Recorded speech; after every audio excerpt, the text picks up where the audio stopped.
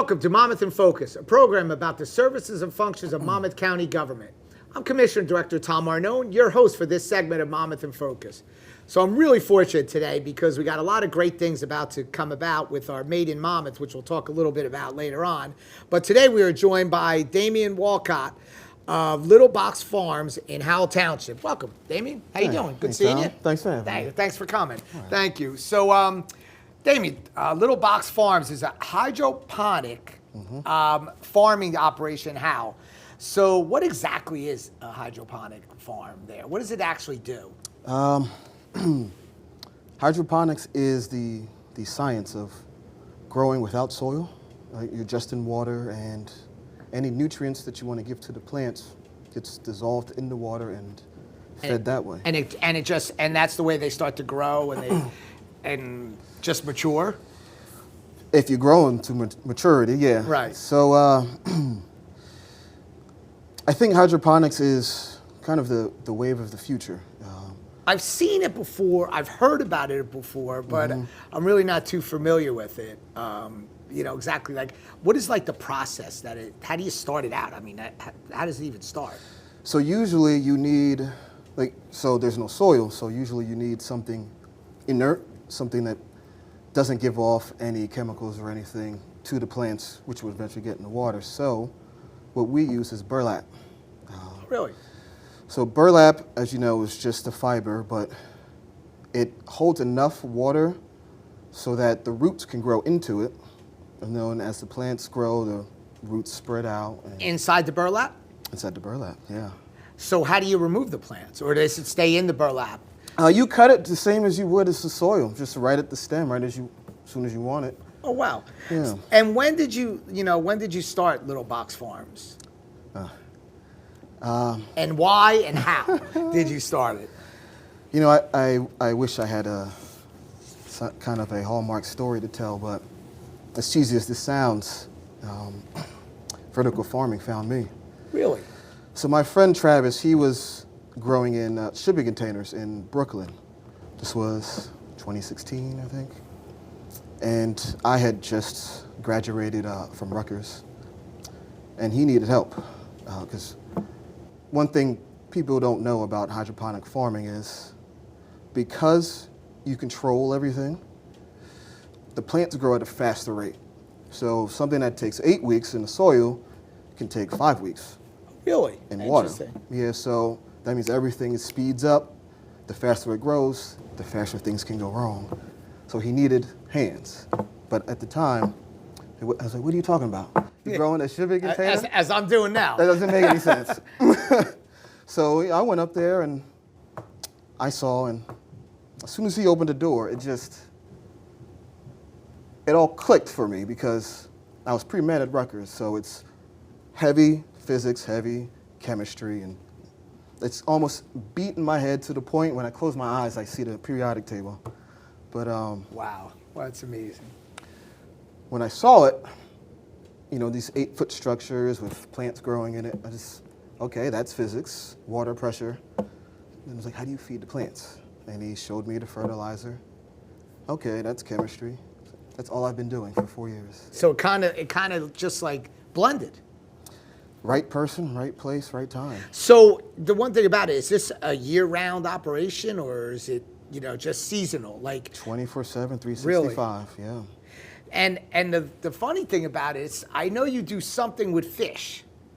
And what do you like raise fish? I don't even know, but I heard that there's something in there going on in your operation that has to do with fish. So it's a 100,000-gallon system. It's called aquaponics.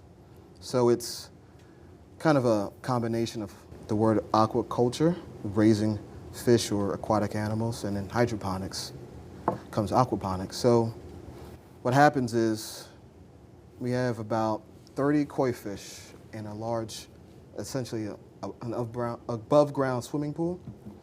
There's babies too, but I can't catch them, so I don't know how many there are. And that water gets filtered down the line, through large, big tanks that we put netting in for filtration. gets filtered, filtered, filtered, and then at the end are bays of water with floating rafts like styrofoam that we put the plants in. So if we start at the tank, we feed the fish. It's your normal fish food. Then the fish poop is high in nitrogen. So that nitrogen goes down the line through the water, and any beneficial bacteria that's in the water or in the filters, they convert that nitrogen into nitrates that the plants absorb. And then as the plants grow, they clean and filter the water.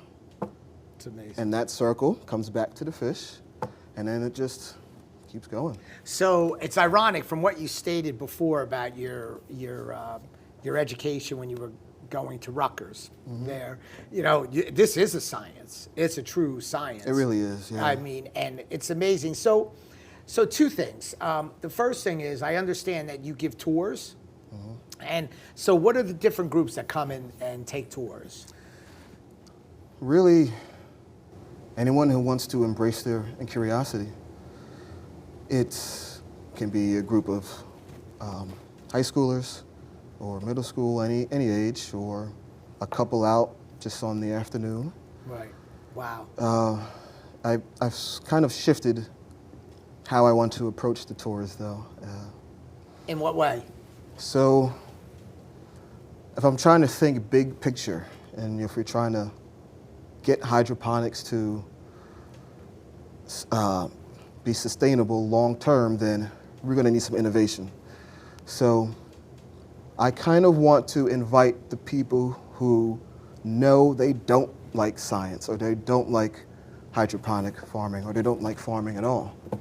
I want those minds to come in. I want to show them the It's process. interesting. That makes a lot of sense. Show them what I do and what other farmers do who do hydroponic farming, because I don't know everything, and I'm so entrenched in what we're doing that someone who's on the outside not only doesn't know anything, is here to show me why they don't like it.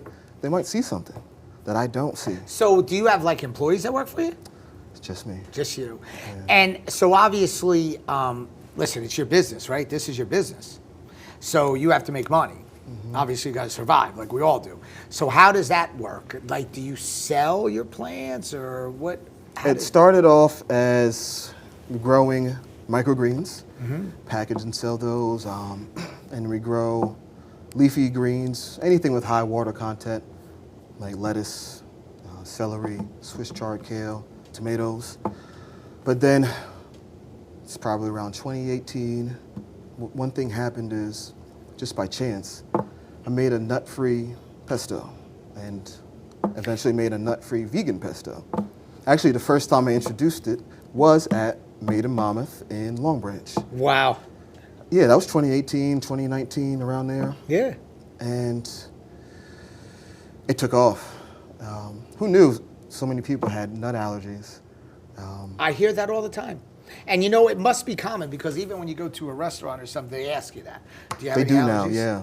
So you brought up a great point, the Made in Monmouth. So that's something that I'm very, very proud of. And it's kind of like my little pet initiative there, because I started that. You said 18. I came on in 15. I think it was maybe 16. I started that 15 or 6.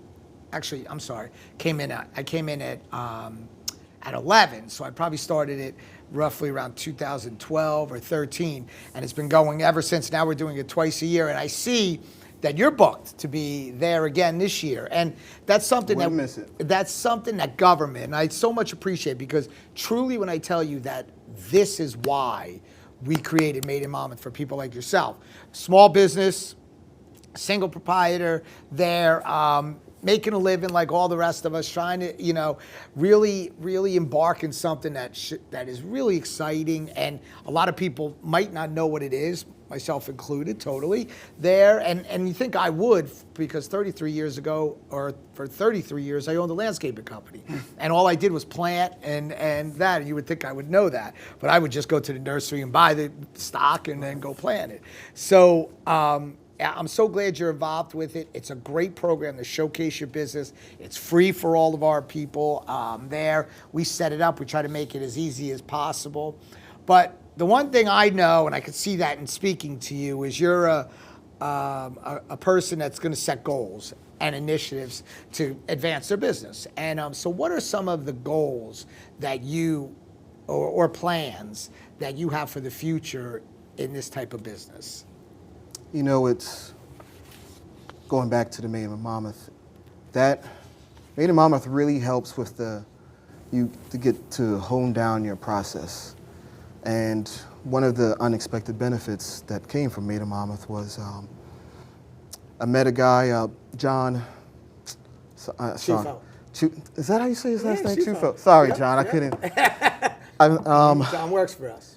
He's helped me so much in He's got a the very last big 3 years, man. Well, it's funny you say that because he has a big passion for this here, and he, you know, he just loves it. He does a great job, and it doesn't surprise me, and that, you know, he helped you out tremendously on this. He's definitely pointed me in the right direction every time I've met him. So, one thing I was going back and forth with him, well, discussing about him was how to grow regionally with the nut-free pesto. So Good for you. that's the goal for this coming year. You know, to do it properly and have all of the sort of requirements in place, because what's happened now is I've kind of hit that line where I'm a farm, but am I a manufacturer? And it's that line right there, that's the tough part to figure out. I have the utmost confidence that you're going to be able to do this and you. make it happen.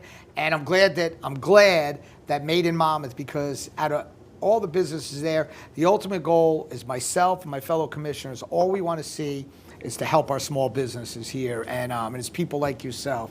Damien, this was absolutely fabulous. I want to thank you for joining us today on this segment of Monmouth in Focus. Anytime. And please, I'll come to your booth there at Made in Monmouth. I'm looking forward to seeing you. Damon, thank you for joining us. That is all the time we have for this segment on Monmouth in Focus. See you next time.